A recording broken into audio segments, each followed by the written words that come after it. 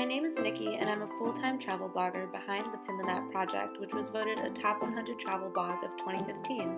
I started the Pin the Map project 2 years ago, and since then have been on assignment in various countries from Colombia to France, worked with various brands and bloggers, and am soon headed to Morocco and Vietnam. For aspiring travel bloggers out there, the following tips will help get you started with your very own blog. The first step is choosing your passion. It seems pretty obvious, but you'd be surprised to know that before I started the Pin the Map project, I had a fashion blog, a restaurant blog, and a postgraduate blog to just kind of talk about life after college. And all three blogs are gone. Why? Because although I enjoyed writing about those things, and I did enjoy the world of fashion, the world of food, and just kind of documenting life after college, it wasn't enough to keep my interest, and blogging has to keep your interest. Step 2. So you know what to blog about, but now what? The next step is, where do you begin? Well, there's a couple different blogging platforms. You have WordPress, you have Blogger, you have Squarespace. Those are the main players. I like to use WordPress. I think it's an amazing blogging platform. WordPress.com is the free version, and WordPress.org is the more complicated, kind of elevated version of WordPress. I started out on WordPress.com, and my URL used to be the pinthemapproject.wordpress.com. Once I started my blog, I just started writing and decided to give myself 3 to 4 months to see if I would really stick to the project. I knew I had kind of started and stopped blogs in the past, so before I invested in it, I decided to just give it time. I waited 3 months, and every day I wrote, and every day my passion for the project just flared, and I decided I was going to invest. So I purchased my domain. I hired a website designer who is responsible for the beautiful layout I'm obsessed with today on the Pin the Map project. And she also helped me transfer my blog from WordPress.com to WordPress.org, which allows for a lot more customization and just freedom to kind of tweak your site and make it however you envision it being. Step 3, also known as one of the trickier steps, is building your following. There's going to be a whole separate video dedicated to building your blog following, and it's going to look at organic ways to build it, from social media to word of mouth, to ways that are kind of not organic, but paying for advertising and other ways to drive traffic to your blog. I used to work in advertising for some major clients, so this is going to be a really good follow-up video on how to build your blog following. But for the purpose of today, let's look at building your social media following. So you started the blog, you know what you're blogging about, and you invested in it, and you want to get people to read your content, of course. So what do? You start building yourself up on social media.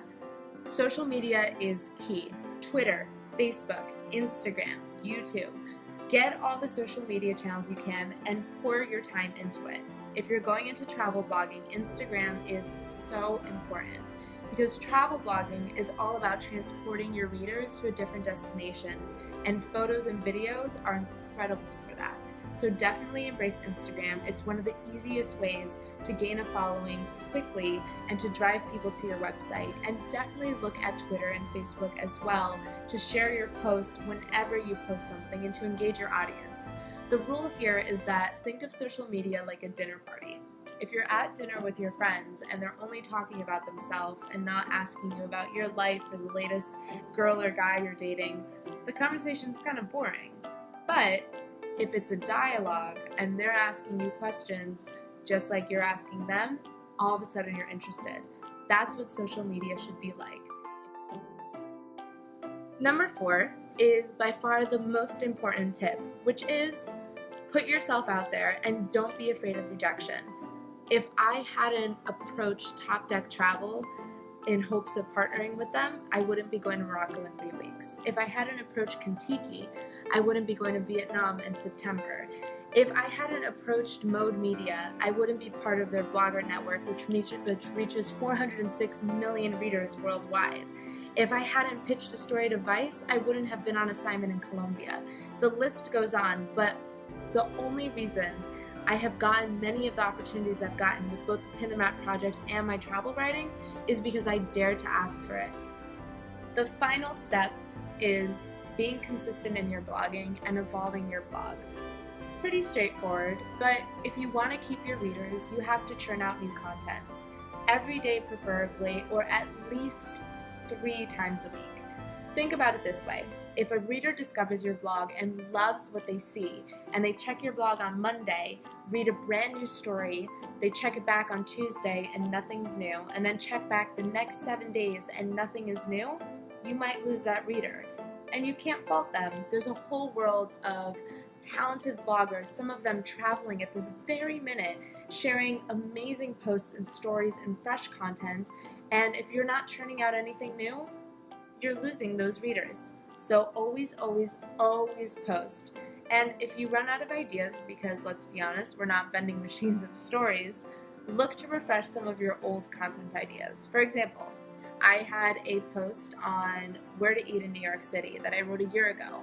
I updated the photos, added a few more places, and then reran it as a fresh post, and there we go. That was a new post on a new day, and I didn't have to come think of brand new ideas, because sometimes the inspiration isn't there, especially if you're in between trips. The other thing is to keep evolving your blog. If you haven't discovered Blog Lovin', absolutely go visit it now. It's a great way to discover other bloggers that are successful in the field and to take note of what they're doing for their sites that work for them. If you notice they're using a widget that is really great at capturing newsletter subscriptions, you can download it. If you notice they have a travel shop and you love the way it's designed and you love the concept, create a travel shop and make it your own on your own blog. Look at what other bloggers are doing and look at ideas that work for them, and you'll start to learn and create those ideas for yourself. If you guys like this video, make sure to subscribe to my YouTube channel in the button below. And make sure to stay tuned for future blogging tip videos where I'll share things such as building a blog following, approaching brands, how to get free travel perks, and all that jazz. I hope you guys enjoyed this and share any questions and comments below.